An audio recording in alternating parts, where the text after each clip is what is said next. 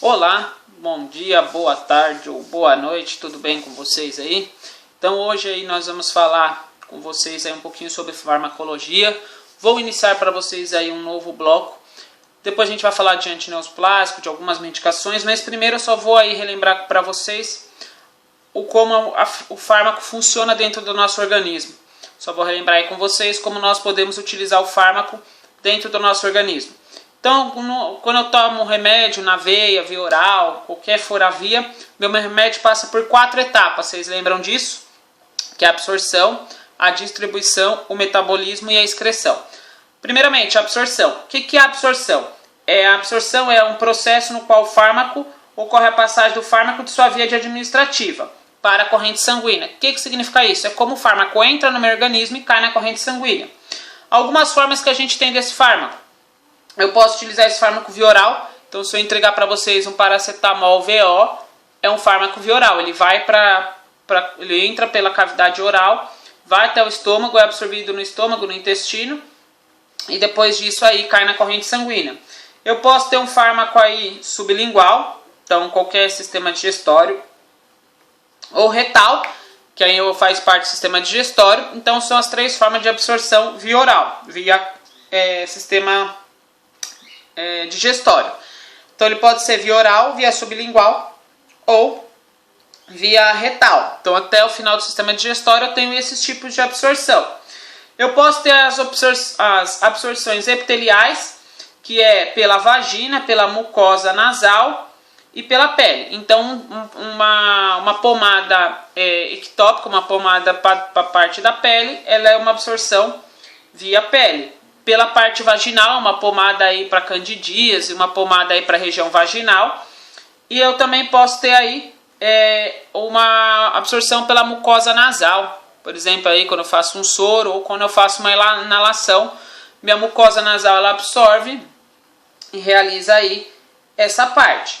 Também pode ser a pulmonar, que também faz parte da inalação. Então eu inalo meu produto, parte absorvida pela mucosa nasal, outra parte absorvida pelo pulmão.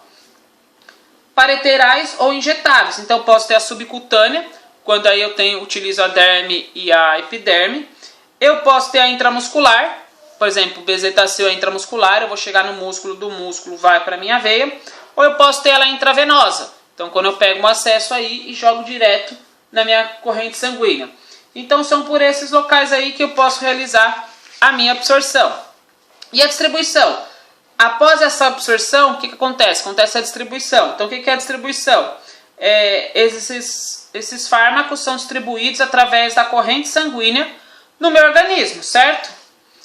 Então, meu fármaco ele entrou na corrente sanguínea, ele vai aí para o meu organismo e ser distribuído. Eu tenho a biotransformação, que ela dá principalmente no fígado. Alguns medicamentos aí eles estão em 2 fases, a fase 1 e a fase 2. Então eu posso ter a transformação ou a quebra para a excreção. Então, por exemplo, um medicamento ele entra inativo, passa pelo meu fígado, é transformado. Nessa transformação ele passa para a fase ativa e vai para os meus tecidos. Ou esse medicamento correu na fase ativa no meu organismo, ele vem para o meu fígado, ele é degradado e volta para a corrente sanguínea para ser excretado, certo? Então eu posso ter ele aí na forma de excreção ou na forma aí de quebra, certo? E por último, a excreção, que ela ocorre aí principalmente no rim, através da filtração glomerular e da secreção tubular. Então o que acontece? Então meu rim ele elimina aí a excreção dos meus fármacos. Então isso daí era mais ou menos para vocês lembrarem como é a absorção, como é a transformação, como é o transporte e a excreção, certo? A biotransformação, a transformação. Então posso ter o transporte antes ou depois da biotransformação, mas eu sempre tenho a absorção depois, ou o transporte ou a biotransformação e por último a excreção, certo? E após isso a gente vai falar aqui de alguns fármacos. Então o primeiro fármaco que eu vou falar para vocês, a primeira parte da nossa aula, essa aula vão ter 3 fármacos que eu vou falar para vocês. Então o primeiro fármaco que eu vou falar para vocês é o antineoplásicos, que são os fármacos aí utilizados contra câncer, certo? Então são os meus remédios, são os meus fármacos utilizados aí contra os cânceres, principalmente câncer de mama, câncer, qualquer tipo de câncer. Então são os químios e as radioterapias, certo?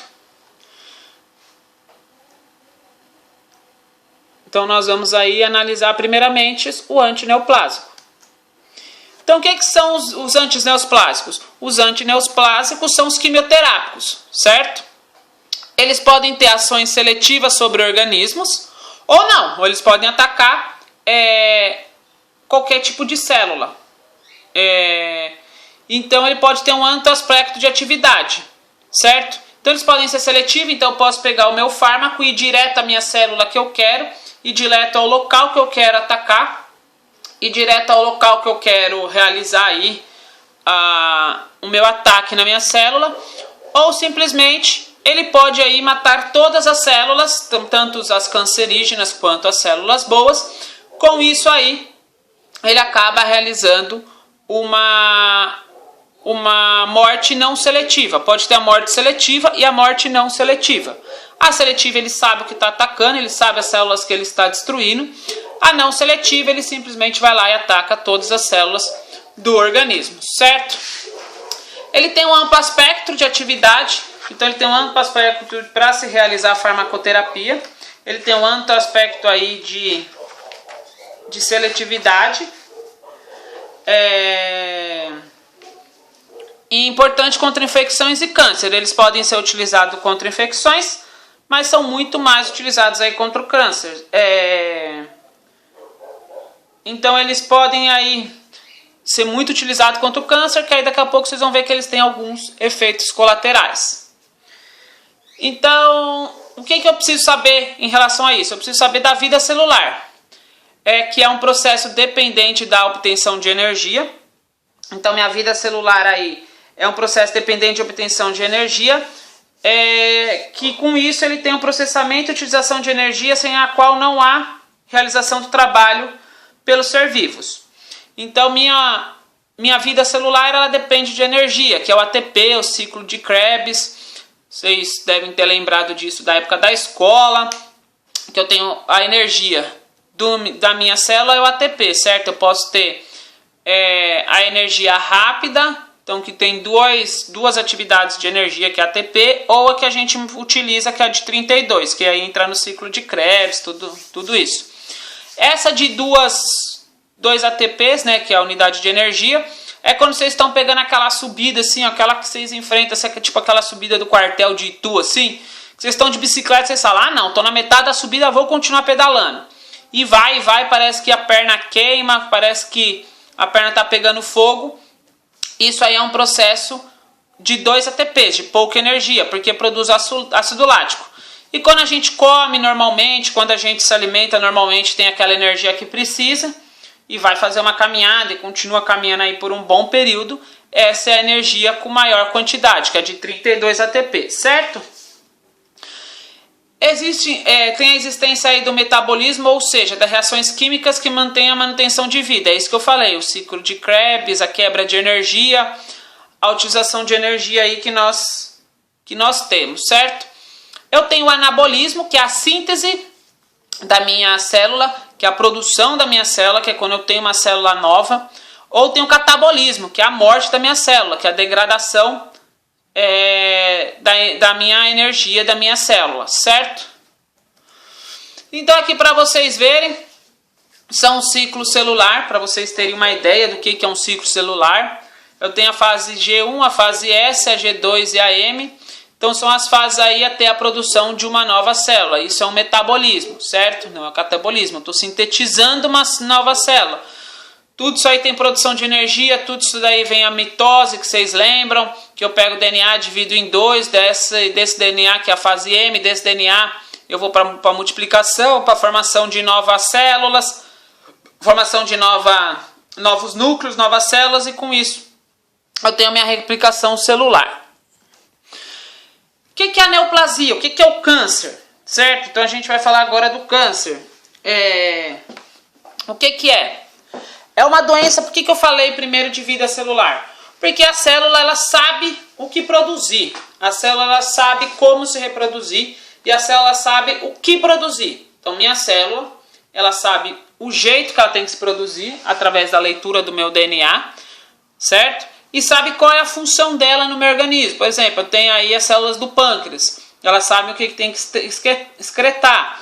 Eu tenho aí as células da insulina, elas sabem que ela tem que excretar insulina. Então morre uma, nasce outra, e essas células elas sabem o que tem que ser excretada. Neoplasia, vocês vão ver que é uma alteração nessa célula. A neoplasia aí é uma multiplicação desordenada, certo? O que é a neoplasia? São as doenças que ocorrem um distúrbio de crescimento celular. Então as células começam a crescer de forma desordenada, elas não vão seguir. Por exemplo, as células da pele vão crescer certas e conjuntas para formar a proteção da pele. Quando vocês têm células cancerígenas, por exemplo, como câncer de pele, essas células elas ocorrem aí de forma desordenada. Então eu começo aí a ter uma produção excessiva aí de uma replicação excessiva sem controle, e aí essas células neoplásicas ocorrem de forma desordenada. Para vocês terem uma noção aí, para vocês terem uma ideia, em alguns cânceres que aí fizeram a tirada do câncer e foi feita a biópsia desse câncer, foi encontrado nascendo cabelo nessa região, foi encontrado nascendo dente, foi encontrado aí nascendo unha. Então são células que não ocorre o diferenciamento celular esperado. Eles começam a acontecer de forma desordenada e surge um diferenciamento celular aleatório. E aí o que acontece nisso? Por que essas massas de tumores a gente fala que crescem? Porque aí acontece uma intensa e excessiva proliferação celular. É aquilo que eu falei, cada um vai se crescer da forma que quiser. Eu sou uma célula e eu quero crescer como cabelo. Então eu vou lá e vou me dividir ali dentro da forma de cabelo. Aí a outra célula fala, não, eu quero crescer como pele. Então vai lá e se divide e se replica na forma de pele. Só que não tem como eu parar isso. Não tem como a célula falar, já que está todo mundo começando errado, acabou, morre todo mundo e vamos reiniciar. Não. Por que eu não consigo fazer essa parada? Por que eu não consigo falar para a célula? Opa, parou, todo mundo morre aí, vamos reiniciar, vamos dar um start aí, vamos dar um reset e reiniciar tudo. Porque eu tenho um comprometimento da morte celular, a apoptose. A apoptose é quando eu tenho minha morte celular programada. Então meu organismo vai lá falar, opa, essa célula aqui está errada, está crescendo aqui um dente no estômago. Não era para crescer isso, era para crescer células estomacais. Opa, morte essa célula aí e pode produzir outra célula do estômago. Então é uma morte programada, porque já sabe que está nascendo coisa errada. Nesse caso eu tenho um comprometimento, nesse caso eu não consigo, o meu organismo falar, opa, vamos morrer celulinha, você está errada. Não, elas vão crescendo de forma tão rápida que a apoptose, que é a morte programada aí da minha célula, ela não ocorre. Simplesmente passa despercebida aí pelo meu organismo e essa morte programada ela não ocorre. Eu tenho dois tipos de neoplasia, as benignas e as malignas. As benignas aí são as minhas neoplasias em que eu faço somente a minha cirurgia, retiro o meu tumor benigno, vida que segue, não preciso fazer quimio ou radioterapia. As malignas são os tumores aí que crescem de forma desordenada, eles saem da área que eles estão ali, eles adentram outras áreas e com isso eles podem causar uma proliferação em outras áreas. Então não somente, por exemplo, um câncer de mama não fica só na mama. O câncer de próstata ele não fica só na próstata. Nós temos quando ele se reproduz, nós temos aí as metástases que nós falamos. Então esse câncer que iniciou na mama, ele pode atingir coração, pode atingir fígado, pode atingir baço, pode atingir osso, pode atingir cérebro. Então essa célula desordenada pode cair na corrente sanguínea e atingir aí qualquer parte do organismo do meu paciente. As benignas, então, elas crescem lentamente, são bem localizadas. Então, por exemplo, eu tenho um tumor de pele benigno. Meu tumor vai crescer ali, vai crescer bem lentamente, vai ser bem localizado. Os sinais e sintomas são só o crescimento desordenado daquela região. Tirei, fiz a cirurgia, vida que segue. Os malignos são rápidas e intensas proliferações, então tem umas proliferações muito rápidas, tem umas proliferações muito intensas.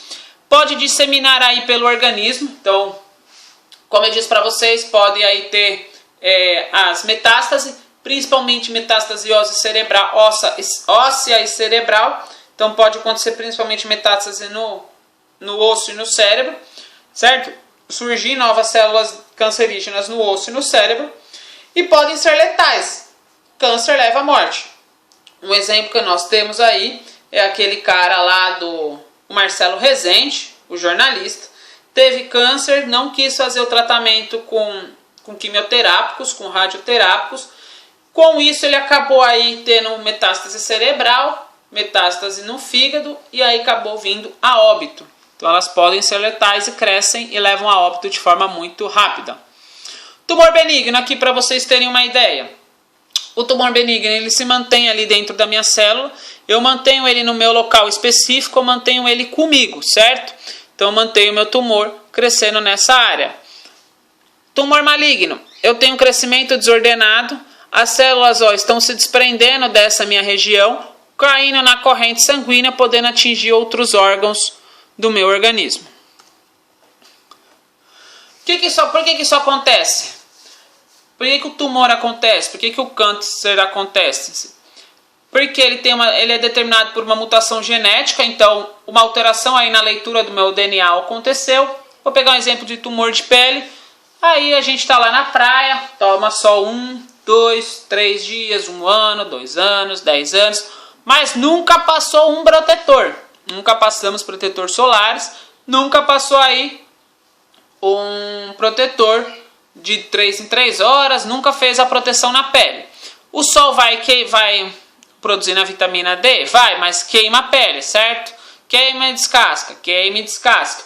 Com o tempo, uma dessas células elas acabam tendo uma modificação devido aos raios ultravioletas. Essa modificação da célula, essa célula começa a crescer de forma desordenada. Então ela não tem um limite, ela cresce de forma desordenada. Então acabei de ter uma modificação genética. O que acontece? Replicação celular contínua e desordenada. Ela inibe a morte celular programada, então eu tenho uma inibição da minha apoptose da célula, então minha célula não vai se matar, não vai morrer e vai continuar crescendo. Então acontece muita metástase dessa célula, muita replicação celular. Então esse tumor ele vai crescendo. Como eu disse para vocês, o câncer em metástase pode atingir o cérebro, pode atingir o sistema respiratório, pode atingir os linfonodos e pode atingir osso e outros órgãos. Por isso que em câncer de mama se retira aí o seio e o linfonodo axilar. Por quê? Para essa célula não se reproduzir muito grande, cair na região linfática e ir para outras regiões. Certo? Então por isso que se tira a mama e o linfonodo próximo da mama. E aí a gente vai falar sobre as classificações dos antineoplásicos. A gente vai falar sobre as classificações dessas medicações aí. As classificações dos tipos de medicamento antineoplásicos. Eu tenho o alquilantes, que é os primeiros fármacos. São os primeiros fármacos anticancerígenos que surgiu. Então são aí os primeiros quimioterápicos que surgiram. Os efeitos colaterais deles são gigantes, vocês vão ver. Principalmente por causa do que está escrito na última linha. Mas os efeitos colaterais deles são gigantes. Então são os primeiros fármacos que surgiram. Apesar da sua toxicidade, ele é o início para qualquer tratamento. Então o que significa? Se pega ele como principal tratamento, como base para qualquer tratamento, e se faz o tratamento com ele, utilizando os alquilantes. Então se utiliza esses medicamentos alquilantes, fala, você vai iniciar uma quimioterapia, estou com câncer de mama, vou iniciar uma quimioterapia. Tá, então vamos iniciar com alquilantes, com o primeiro quimioterápico. Por quê? Porque ele é o primeiro fármaco de escolha, certo? Ele se liga ao DNA, então ele faz essa morte celular, ele se liga ao DNA, com isso ele impede a separação das fitas de DNA. Então o DNA não se separa e não se multiplica. Se o DNA não separa, não se multiplica, morre a célula. A célula tem uma morte celular aí. A célula só vive para multiplicação. Se eu impeço essa multiplicação, minha célula morre. Minha célula morrendo, acabou aí, faz uma diminuição da minha massa cancerígena. Ele é muito reativo, então eles eles têm uma reatividade muito grande e se ligam a diversos grupos químicos. Então eles se ligam a muitas células. Então as células com diversos grupos químicos eles se ligam. Ele é pouco específico, então ele não vai querer saber se é uma célula do estômago, se é uma célula do cabelo, se é uma célula aí dos pelos, se é uma célula da sudoreica. Ele não vai querer saber. Ele vai se ligar a todas as células. Por isso que ele é um dos quimioterápicos que tem mais efeitos colaterais. Por quê? Porque ele afeta as células cancerígenas, mas ele afeta aí as células sadias. Então, seu estômago, vamos supor que seu câncer aí é um câncer de pele. Como diz, passou o sol, ficou um tempo no sol, apresentou um câncer de pele.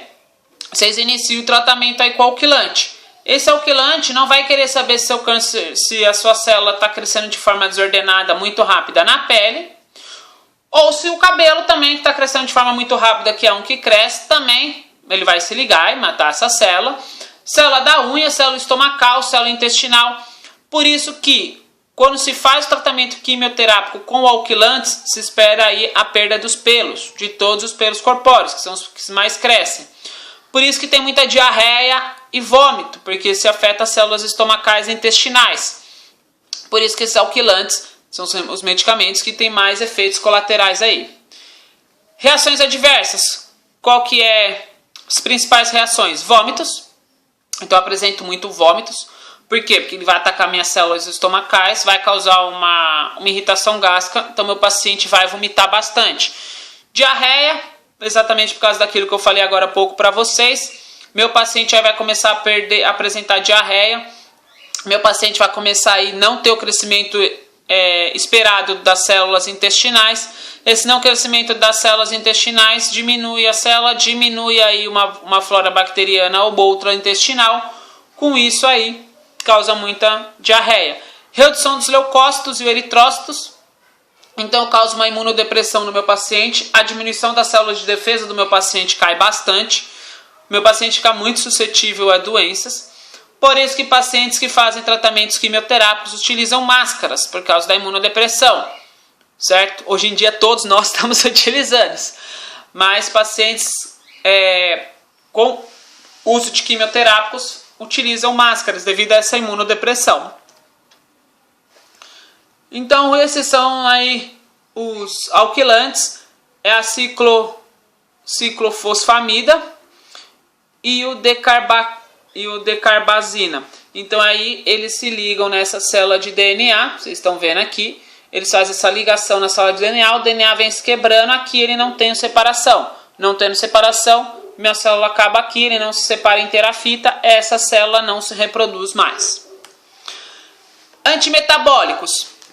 Então eu faço a inibição da síntese proteica nas células neoplásicas. Então eu inibo aí a formação das paredes que protege as minhas células neoplásicas, minhas células do organismo. Semelhante ao substrato das enzimas envolvidas no DNA e o RNA. Inibe a multiplicação aí e funções celulares. Então eu faço uma inibição da multiplicação e da função celular das minhas células. São dirigidas às purinas. Então esses antimetabólicos são as purinas, certo? Então ele inibe a multiplicação da minha célula. Vou ter uma célula de câncer ali e ela vai ficar ali, bonita, alegre, contente. Não vou ter aí de 1 para 2, 2 para 4, 4 para 8, 8 para 16, vai dobrando, certo? 2, 4, 8, 16, 32, 64, 128, não vai ter esse crescimento celular aí, certo? Então eu consigo fazer essa inibição aí. O antimetabólicos é o Vidasa, certo? Ele é injetável subcutâneo. Quais são as reações mais adversas comuns nela? Náusea, então como vocês já viram aí no anterior, nesse vocês vão também ver náusea. Anemia, então também devido à quebra das minhas células aí. Vômitos, então meu paciente vai vomitar bastante, meu paciente vai apresentar vômitos. Diarreia também, por atacar as principais células do estômago e do intestino. Fadiga, pode apresentar constipação e fraqueza. O tempo de meia-vida, quanto tempo fica esse medicamento aí no meu organismo? 8 minutos. Então ele tem que ser preparado muito rapidamente, certo? Antimitóticos, então vocês lembram aí da mitose, meiose, que são as meias divisões celulares. Então antimitótico nada mais é que inibe, interrompe a divisão celular na mitose. Então minha célula não entra em mitose, minha célula não entra em divisão celular também. Vocês podem ver que as maioria dos medicamentos, ou eles matam minha célula, ou eles inibem que minha célula cresçam e aí se proliferem. Atua na tubalina, que é formado por microtúbulos fusos espiralar. Impede a migração dos cromossomos, então vocês lembram que os cromossomos eles vêm assim. Então tem um monte de tubo que se liga nos cromossomos. Para esses cromossomos irem para o lado direito, para o lado esquerdo de uma célula, quando tem essa migração, forma duas células.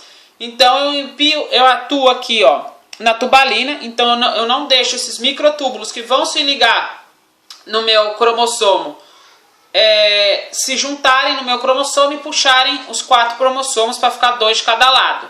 Com isso eu inibo minha divisão celular. Eu inibo que minha célula aí de 4, de uma se torne 2, certo? Então meus cromossomos minha tubalina, meus tubos não vão puxar o meu cromossomo. Não puxando o meu cromossomo, eu impeço aí que ocorre aí essa divisão celular. São esses dois aí, é o sulfato de vincristina e também o rabinefil, certo? Que é o sulfato de vinblastina. Vão impedir esses microtúbulos aí. Então eu estou falando de quimioterapia. Todos esses medicamentos que eu falei para vocês são medicamentos quimioterápicos. Eles podem causar aí uma alteração emocional. Então meu paciente aí apresenta um problema emocional, meu paciente principalmente por ser câncer, principalmente aí por ser uma doença estigmatizada, que todo mundo acha que vai vir a óbito. Então aí ele causa aí um problema emocional. Ele causa alopécia, então aqui é a minha perda de cabelo. Mucosite, então eu tenho diminuição da mucosa, porque minhas células de mucosas elas vão diminuir. Posso ter fibrose pulmonar, então diminui a quantidade de líquido no meu pulmão. Então meu pulmão entra em fibrose pulmonar. Náusea e vômitos, porque eu já falei para vocês, eles atacam as células estomacais. Diarreia, porque também ataca as células intestinais. Cistite, né, porque são essas células que crescem rápido, então pode causar cistos. Esterilidade, porque são células também que crescem rápidas, são as células reprodutoras masculinas, os espermatozoides. Neuropatia, então pode causar aí neurose hepática do fígado, né? Intoxicação hepática. Cardiotoxicidade, então também eles podem atacar aí as células cardíacas. Reações locais, como coceira. Devido à neuropatia, eu posso aí ter uma falência renal. Mielossupressão e a flebite, que é a inflamação nas veias e artérias. E aí, o antibiótico. Mas você vai falar, professor, mas antibiótico serve para quimioterapia? Também serve para quimioterapia. Por quê? Porque o antibiótico aí ele interage com o DNA, são os antibióticos específicos. Esses antibióticos eles inibem a síntese da proteína do DNA, tanto do vírus quanto do nosso.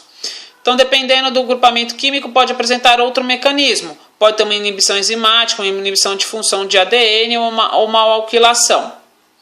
Certo? Anticorpos, esse aqui eu pulei para vocês, que são os mesmos efeitos esperados aí desses quimioterápicos. Anticorpos monoclonais, eles são imunoproteínas, certo? Esses aqui eles são específicos. Então, se eu utilizar o anticorpos monoclonais aí para atacar células cancerígenas mamárias, vai atacar só essas células. Se for para atacar células cancerígenas estomacais, vão atacar somente essa célula.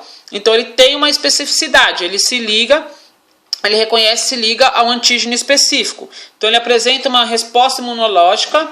Então, ele não ataca células normais do nosso organismo. Então, não vai causar queda de cabelo, não vai poder causar, dificilmente causa esterilidade, porque eles não atacam as células sadias. Eles vão atacar exatamente as células doentes.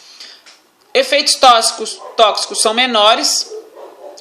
Bloqueia os fatores de crescimento e aí esse sim faz a célula se matar. Então ele religa a apoptose da célula e a célula se mata, certo? São esses dois medicamentos aqui, que é o rituximab e o trastuzumab, certo? A imunossupressão, então, são anticorpos, eles podem ser policlonais ou monoclonais. Os efeitos colaterais deles aí são só predisposição às infecções. Os hormônios e os antagonistas. Os hormônios antagonistas são muito utilizados aí para câncer de próstatas e de mama. Eles são moduladores, eles regulam receptivamente os hormônios, né, os receptores de estrógenos ou de progesterona, diminuindo seus receptores. Com isso ele inibe aí a enzima aromatase, diminuindo o receptor de andrógeno. O que isso significa? Tudo isso que eu falei para vocês. Significa aí que os meus antagonistas, os hormônios, eles se ligam aí aos locais que produzem tanto estrógeno como progesterona, diminui sua produção, diminui o trabalho dessas células, certo? Tanto prostática quanto mamária, com isso aí diminui a produção do câncer. Os efeitos são os mesmos, quedas de cabelo, mucosite, náusea e vômito, diarreia, então vocês vão ver que eu vou colocar bastante desses slides para vocês se lembrarem. E é isso. A parte de câncer, certo? A parte de hormônio, de medicamentos aí anticancerígenos, é mais ou menos isso. Então a gente tem esses efeitos, principalmente efeito...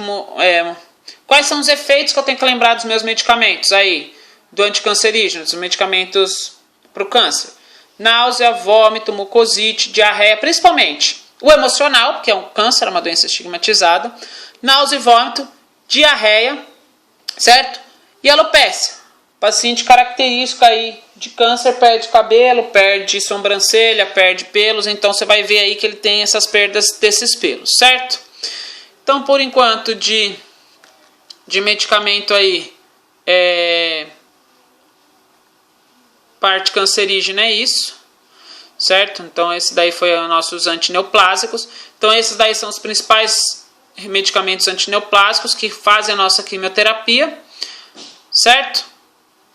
São os principais aí. Deixa eu ver se é o antimicrobianos ou antibacterianos que nós vamos seguir. Agora a gente vai falar de antimicrobianos. E por último, para finalizar a aula, nós vamos falar aí de antibacterianos. Então os antimicrobianos são simples, são os que são os antimicróbios. Qual é o principal medicamento que nós temos antimicrobiano? O principal medicamento antimicrobiano foi descoberto em 1940. Principalmente medicamento antimicrobiano foi descoberto em 1940, que nada mais é do que a penicilina. Então, em 1940 se descobriu aí numa placa que se colocava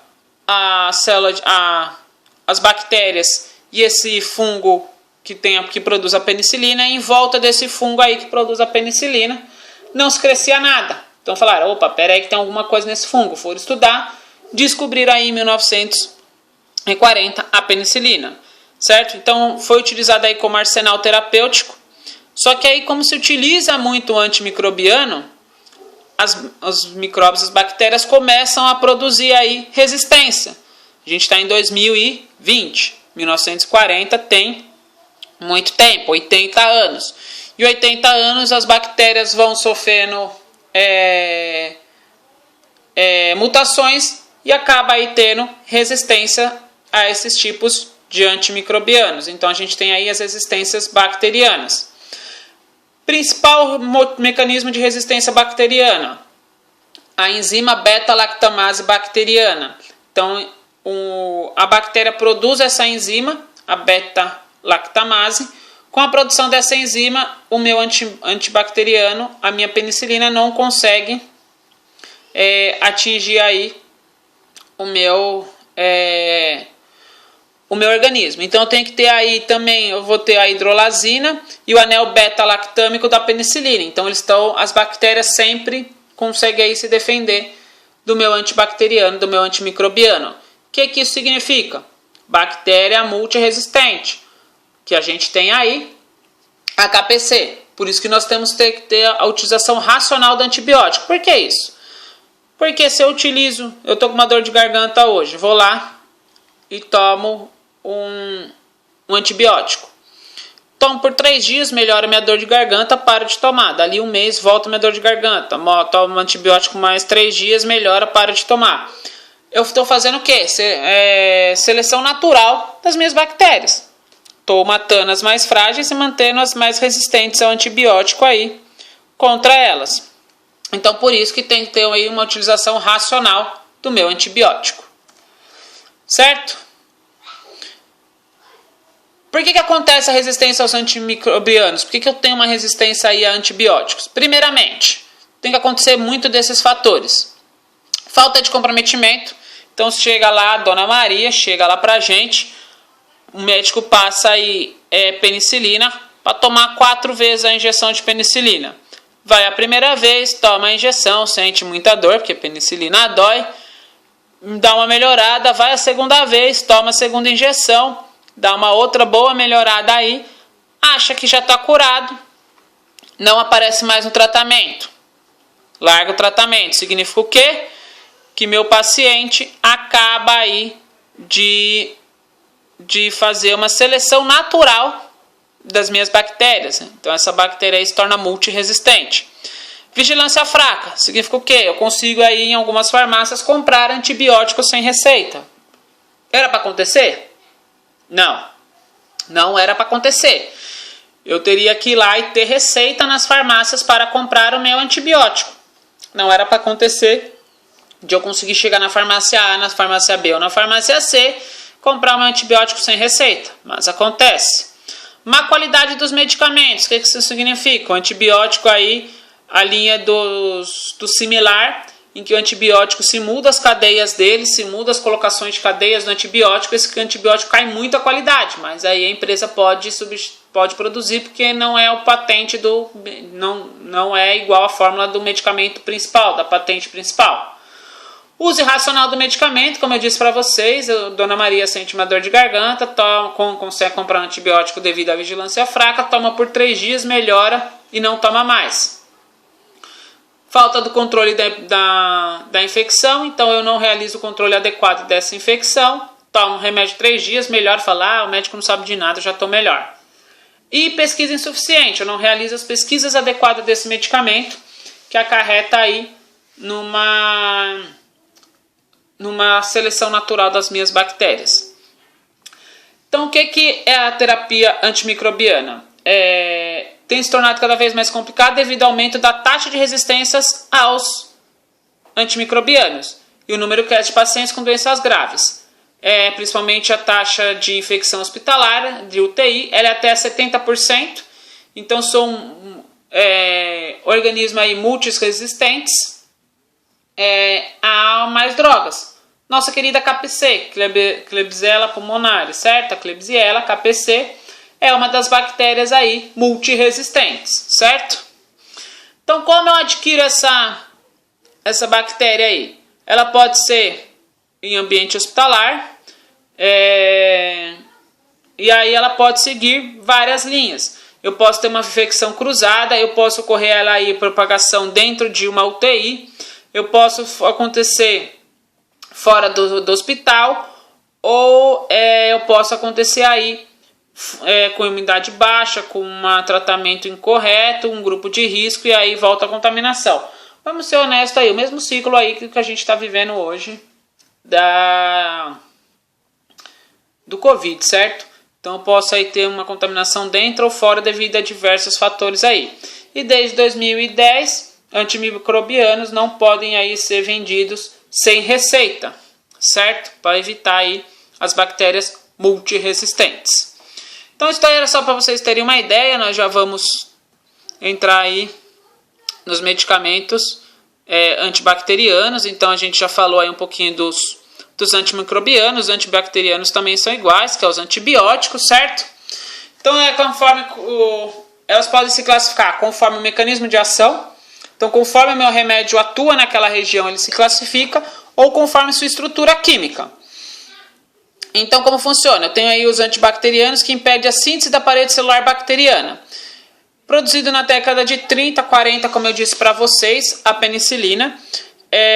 Então essa penicilina, certo? Então eu vou tomar o antibiótico penicilina, amoxicilina, que é isso? É um fármaco bactericida que impede a síntese da parede celular. Então, a parede celular da minha bactéria não se produz, não vai se formar, não vai proteger ali o meu material genético da minha bactéria. Minha bactéria, ela se destrói, ela morre.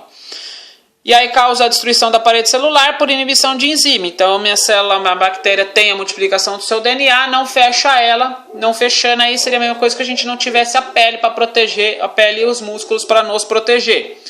O exemplo dessa medicação é a amoxicilina, inibe aí a parede celular bacteriana, levando a lise e a morte da destruição. Penicilina, ainda vocês lembram, né? Que ela dobra, pode ter 5 milhões ou 10 milhões de unidades. Cálculo de medicamento. Se vocês lembram de cálculo, aí ela pode ter 5 milhões ou 10 milhões, 4 ou 6, 2 ou 4 ml da minha quantidade, tá? Só para vocês darem uma lembrada aí. Cefalosporinas.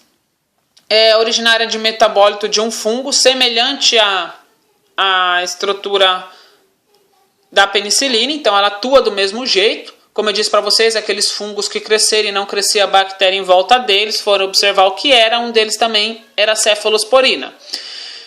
Estrutura física e química semelhante aí ao da penicilina, então tem praticamente estruturas químicas iguais ao da penicilina.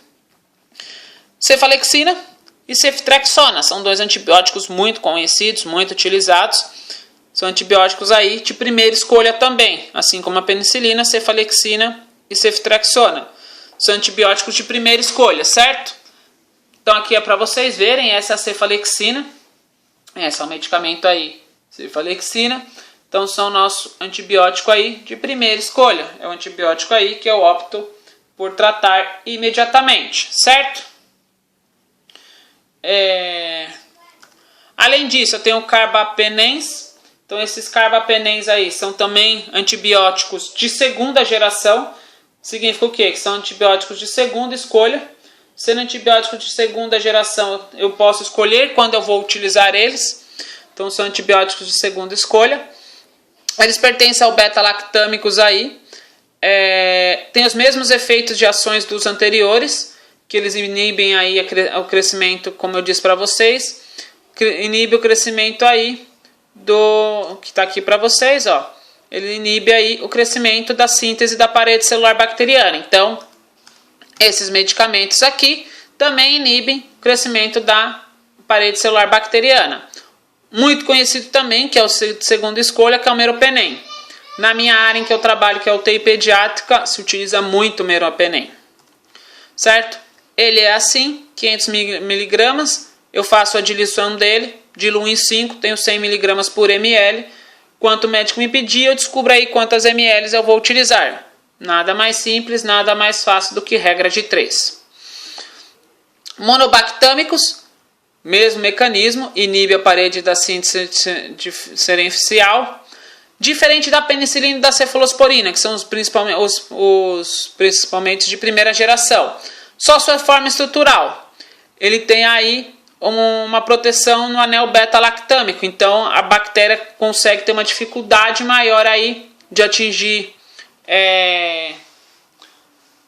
atingir esse anel beta-lactâmico. Com isso, tem uma dificuldade maior de destruir esse anel que vai atacar a síntese da célula bacteriana. Protege o anel, então tem uma maior efetividade aí terapêutica. E o medicamento que a gente utiliza nesse daí é o Aztreonam, certo? Que nada mais do que esse aqui. O Aztreonam é um medicamento aí utilizado como antibiótico. Então ele protege o seu anel lactâmico. Os glicopeptídeos são bactericidas também inibem aí a síntese celular. Só que eles são muito utilizados em infecções multiresistentes. Então eu já utilizei aí a penicilina, não deu certo.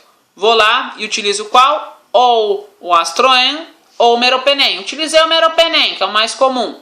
Utilizei o meropenem, não deu certo. Então vou para qual? Vou para o meu glicopeptídeo. Vou entrar aí com uma vancomicina, certo? Que é um medicamento muito utilizado. Entro aí no meu paciente com a vancomicina, que é um medicamento antibiótico de terceira geração. Então você viu que eu já passei pela primeira geração, que é a penicilina. segunda geração, que é o meropenem. Estou na terceira geração, que é a vancomicina. Então, minha bactéria ela já ficou resistente. A primeira geração, que é a penicilina, já ficou resistente à segunda geração, que é o meropenem, e agora está começando a ser tratado com os antibióticos de terceira geração, que é a vancomicina. Então, eles inibem a síntese celular e também são utilizados aí em vírus e bactérias, principalmente em bactérias multiresistentes. Vírus não, perdão, em bactérias multiresistentes. Vancomicina aqui, que a gente chama de vanco, né? Nome carinhosamente apelidado por nós dos hospitais de vancomicina. A mesma coisa, diluo ela em 500, tenho 100 mg a cada um, dividido ela em 5 ml, tenho 100 mg por cada ml, faço minha regra de 3 aí para saber quanto eu vou utilizar desta medicação. Antibacterianos que inibem a síntese do ácido fólico, então aquele lá inibia a parede celular, esses aqui inibem a síntese do ácido fólico. Sulfonamidas possuem grande aspecto de atividades, tanto gram positivo quanto gram negativos. Então eles pegam todos os tipos de bactéria. Então eles inibem aí, eles atacam aí as bactérias gram positivas e gram negativas. Então é um antibiótico mais amplo. É um antibiótico aí que tem uma atividade maior. Resistente a esse medicamento. Então ele pode apresentar resistência aí a esse medicamento, as sulfonamidas aí. As bactérias podem também ter resistência, como eu disse, as bactérias se tornam imunorresistentes. Com isso, elas fazem aí uma inibição enzimática competitiva. Então, eles começam aí a inibir a enzima das bactérias. Eles são associados ao fármaco trimetoprina, que aumenta a eficácia do tratamento. Com isso, diminui essa inibição competitiva. Então, eles começam a fazer mais efeito. É o sulfametaxazol e a sulfadiazina, certo? Principalmente sulfadiazina de prata. Vocês já devem ter ouvido falar. Então é um desses antibióticos aí. Sulfotaxol mais trimetoprina. Vocês podem ver que eles são associados, que é o sulfatrim. Sulfatrim é a medicação já feita das duas, via oral ou injetável. Inibe a síntese proteica na bactéria. Então meu antibiótico vai atacar diretamente a síntese proteica da minha bactéria. Ela pode ser um aminoglicosídeo, que possui ação bactericida. Então ele pode aí matar minha célula bacteriana. Então ele tem essa ação bactericida. Ele depende da concentração, então ele tem que ter uma concentração exata para agir. Não pode ser mais baixo que aquela concentração, senão é aquilo que eu falei, ele não vai fazer efeito. Ele age na membrana celular da minha bactéria. Então ele vai atacar a membrana celular. Com isso ele vai evitar aquelas trocas de íons positivos e negativos. Então não vai ter uma troca aí de íons da minha bactéria. Promove a interrupção da tradução do RNA na mensageira. Então minha bactéria não vai conseguir fazer a transcrição do seu DNA. Produz proteínas modificadas que aumentam a permeabilidade da célula. Então minha bactéria vai explodir. Como eu diminuo íons, eu interrompo a tradução do RNA e faço aí minha célula aumentar a sua permeabilidade, o que vai acontecer? Vai acontecer a lise, a quebra da célula. Essa célula vai explodir literalmente. Com isso acontece a morte celular. Principais é a gentamicina, é um muito conhecido. Metilmicina, neomicina também é muito conhecido. Principalmente genta, que é a gentamicina, e a neomicina. Tetraciclinas, então, eles também são bacteriostáticos, então eles diminuem aí a reprodução celular, inibe a síntese de proteínas, liga ao ribossomo 30S, que são as tritaciclinas e oxitetraciclinas, certo? Tá aqui são as tetraciclinas, também são medicamentos de via oral. Macrolídeos são eritromicina isolada do micro-organismo, então é a azitromicina, é um medicamento muito utilizado, a azitromicina. Também pode causar uma morte seletiva de trazer bactérias multiresistentes. Eles se ligam aí ao 50S, diferente do outro que se liga ao 30S, que são os números de cromossomo, certo? os números do DNA, 1S, 2S, ele liga ao 50S. Inibe a síntese proteica, então inibe a síntese da minha proteína e depende da minha concentração bacteriana. Então depende aí dessa concentração do número de bactérias, certo? Mecanismo de ações aí. Então esses aqui são os que inibem as paredes celulares, então eu inibo essa parede aqui, certo? Então são os que inibem a parede celular, vancomicina, principalmente, que eu falei para vocês. Alteração na membrana celular, que é a neomicina, lembra que eu falei para vocês que vão alterar e fazer essa célula ganhar, crescer e explodir. Replicação no DNA, o metronidazol, então ele vai impedir essa replicação do DNA. Rifampicina, que é a rifamicina, vai impedir essa transcrição desse RNA mensageiro aqui.